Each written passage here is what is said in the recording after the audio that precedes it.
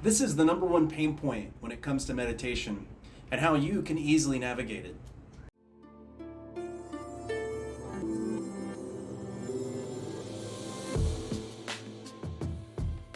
A lot of people really struggle when they first start out meditating or whenever they want to pursue meditation because they struggle to say that they can't just clear their thoughts.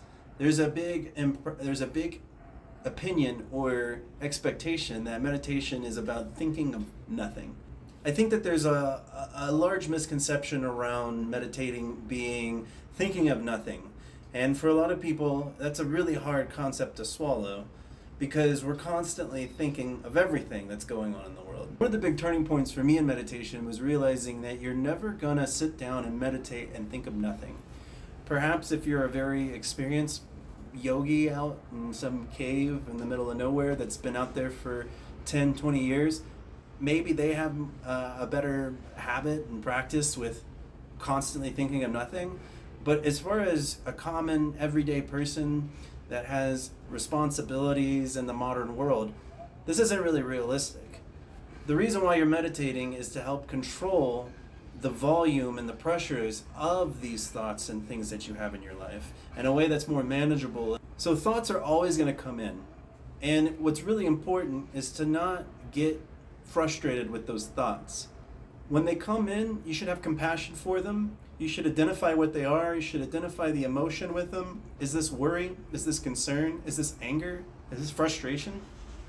Just label these feelings and look at them. Like, actually acknowledge them. If anything, thank them for coming and take a big, deep breath and let out all this air and imagine like you're breathing out that thought, like you're actually dissolving it into little particles and it's just dissolving in front of you. And what that's going to do is it's going to allow you to have that thought come in and truly disconnect from it, allowing it to really take away from you, takes the responsibility of it away from you. And at some point, you're going to have another thought come in. And that one is going to need a similar thing to navigate. But what you'll find over time is that you're able to do this more seamlessly. I think the idea of clearing all your thoughts is kind of misleading. And I think a lot of where that comes from is the fact that when we have these thoughts, the seam between the two thoughts, there's a gap. And for most of us, we go thought, thought, thought, and there's no space in between. It's just one after the next. And sometimes they're just constantly, they overlap each other. But over time, as you get better at maybe looking at one thought and thinking about it, breathing in, breathing out, letting that thought dissolve, you'll find that the gap between thoughts gets bigger and bigger and bigger. And this allows you to kind of be more in control.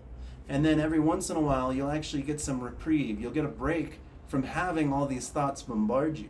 And this is something that as you practice in meditation, it'll carry on throughout your life. When you're not meditating, when you're out in the world and you're solving problems and life is just constantly hitting you, you'll learn to kind of have this reflex. You'll have this reflex over what's going in your head automatically, where you allow this practice of creating this pause or this space between the thoughts. In the beginning, it was really hard, but it got a lot easier as I went through.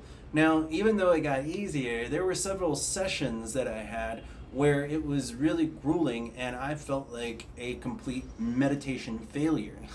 Even though I had a very profound experience the whole time I was there, but there were some times where it didn't matter how I sat, it didn't matter how I focused, I just couldn't focus. I couldn't feel comfortable. I was sweating and then the sweating was itchy and I was constantly scratching all over and had flies on me and I would just have all these distractions and it would really tax me. But as the guru in Kansas City told me, that was another really impactful tip of advice, is that when you feel the most distracted, it's probably the most important time to actually meditate. There's a quote by Viktor Frankl that is really impactful to me about this gap in meditation. It really resonates to me about the experience. And Victor says, between stimulus and response, there is a space. In that space is our power to choose our response. And that response is our growth and our freedom. Even over times, as you know what you're doing and you are maybe had some success with meditation, you're going to come back to the mat and you're going to be so distracted because you just maybe have a lot of resistance in yourself that day or whatever else is going on in your life, and you find that you didn't get a lot out of meditating that you normally would. And that's going to be frustrating too, because you've had all this success and all this improvement, and then all of a sudden you feel like, well, what happened to it? I was really good at this, and now I don't understand why I can't do this anymore. When I was in Kansas City, there was a few sessions at this Buddhist temple that I would go to where they actually kind of gave us some more advanced practice tips on how to meditate and everything. And they told us a lot of really good things. But one of the things that stuck the most for me was anytime you take the time to sit and meditate, or you spend some time on the mat, as they said, it's a good session. You may sit down on the mat and be like, I don't know what I'm doing. Why am I doing this? I need to get up. I need to fix this. I need to do this. I got to make sure that this is done. I got to send this email. And then by the time your time is done, you'll be like, well, I didn't even meditate. The point isn't so much to have success, because again, it's a process. This is a thing that you are committing to for the rest of your life. It's called a practice after all. And as a practice, it's something you have to practice, and you have to show up and do more than once and various times throughout your life. So over time, you'll get better at this, and you can't really be hard on yourself because there's no such thing as a good or bad session. Throughout the years, I've had a lot of growth in healing trauma and also just growing as an individual. And a lot of that has come from the ability for me to sit and meditate.